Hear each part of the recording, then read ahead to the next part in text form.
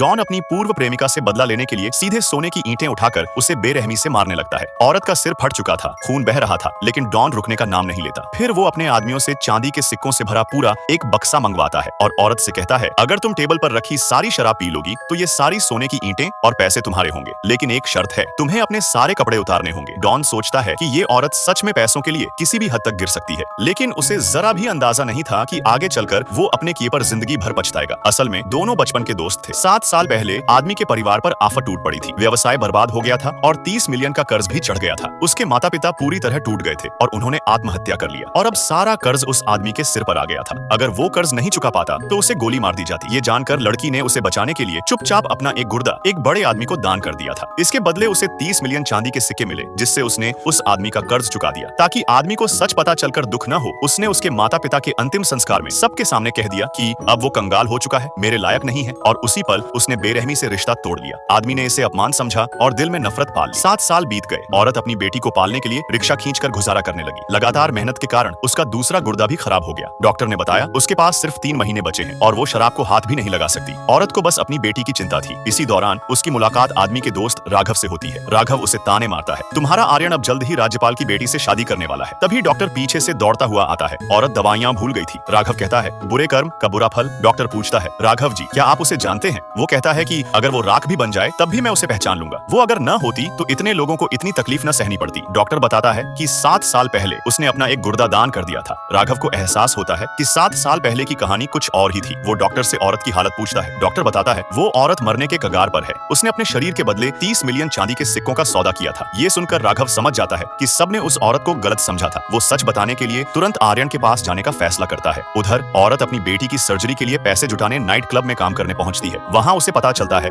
आज का वीआईपी मेहमान खुद आर्यन है और वो राज्यपाल की बेटी को प्रपोज करने वाला है। औरत डर कर जाने लगती है, तभी उससे शराब गिर जाती है। लड़की गुस्से में उसे घसीटकर बाहर फेंकने का आदेश देती है, लेकिन आर्यन दया दिखाता है और कहता है इसे छोड़ दो। फिर वो आगे बढ़कर उसका मास्क उतार देता है और देखता है वो उसकी पूर्व प्रेमिका ही है। औरत मुआवजा देने लगती है कि तभी आर्यन उसका पर्स जमीन पर गिरा देता है और उसी में एक घड़ी भी होती है जिसमें दोनों की फोटो छुपी थी। आर्यन उसे परखने के लिए 2 चीजें सामने रखता है, एक तरफ घड़ी और दूसरी तरफ 30 मिलियन का हीरा। सब्सक्राइब कर लो, जल्द ही अगली वीडियो आने वाली है।